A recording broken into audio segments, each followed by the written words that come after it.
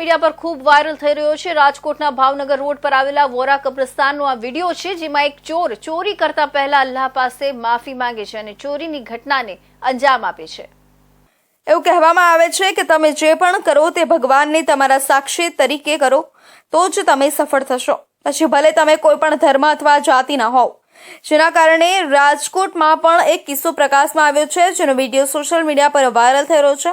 આપણે જણાવી દઈએ કે ગત તારીખ 19મીએ રાજકોટના ભાવનગર રોડ પાસે આવેલા વોરા સમાજના સ્મશાનમાં એક યુવક ચોરી કરવા આવ્યો હતો અને ચોરીને અંજામ આપતા પહેલા યુવકે અલ્લાહ પાસે પોતાના ગુનાની માફી માંગી હતી અને બાદમાં દરગાહની દાનપેટીમાંથી રોકડ રકમની ચોરી કરી હતી।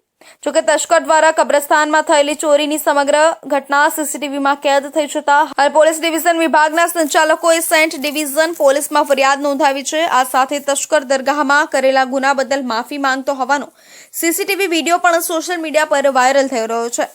રાજકોટ કબ્રસ્તાનનો એક વિડીયો સોશિયલ મીડિયામાં ખૂબ વાયરલ થયો હતો, જેમાં રાજકોટના ભાવનગર રોડ પર આવેલા વોરા કબ્રસ્તાનનો આ વિડીયો હતો, જેમાં એક ચોર ચોરી કરવા આવતા પહેલા અલ્લાહ પાસે માફી માંગે છે અને ચોરીની ઘટનાને અંજામ આપે છે।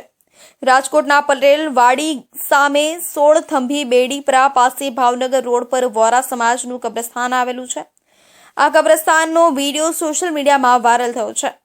આ વિડીયોમાં એક ચોર ચોરી છુપીથી રીતે કબ્રસ્તાનની અંદર આવતો જોવા મળે છે અને સીસીટીવીના આધારે બી ડિવિઝન પોલીસ મથકમાં ફરિયાદ દાખલ કરવામાં આવી છે। પોલીસ સીસીટીવીના આધારે તપાસ કરી રહી છે। હાલ તો આ સીસીટીવી સોશિયલ મીડિયામાં ખૂબ જ વાયરલ થયા